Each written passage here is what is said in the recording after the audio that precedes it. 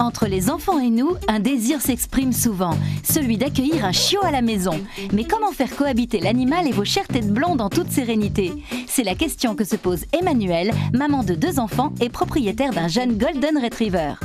Bonjour, je viens d'accueillir un chiot à la maison et je voudrais savoir quel comportement avoir, notamment avec les enfants.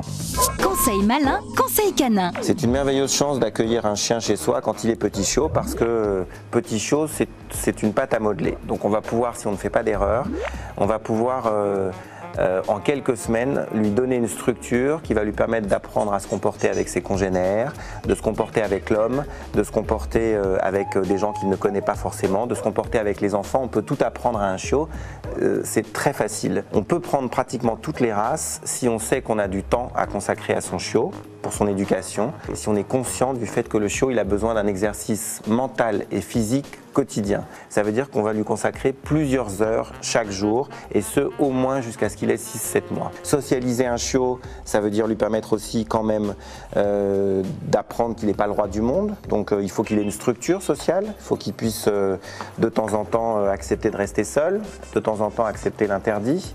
Je pense que dans les premières semaines de vie à la maison, lorsqu'il a 2, 3, 4 mois, il ne faut pas hésiter à ce qu'il soit à le nourrir un peu trop, à ce qu'il soit un peu gras parce que ça lui fera des réserves si jamais il tombe malade.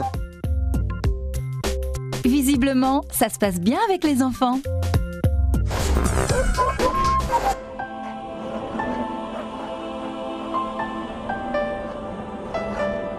Pour Nicolas Vanier, grand voyageur et cinéaste, accueillir un chiot chez soi, c'est la promesse de moments merveilleux.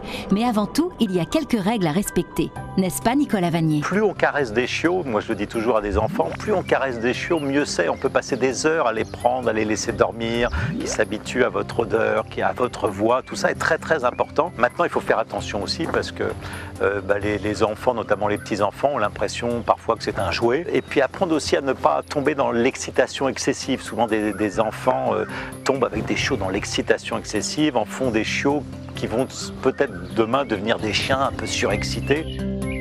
Et moi ici, je me rappelle, enfant notamment d'une naissance, quand j'avais 5 ou 6 ans, de petits labradors, des chiens de mon grand-père, et je passais mes journées autour de ces petits chiots que j'ai vus grandir pendant toutes les vacances. Et il y a celui qui est un peu prédominant sur les autres, celui qui est un petit peu plus timide, le joueur, et généralement ces caractères-là, on les retrouve plus tard.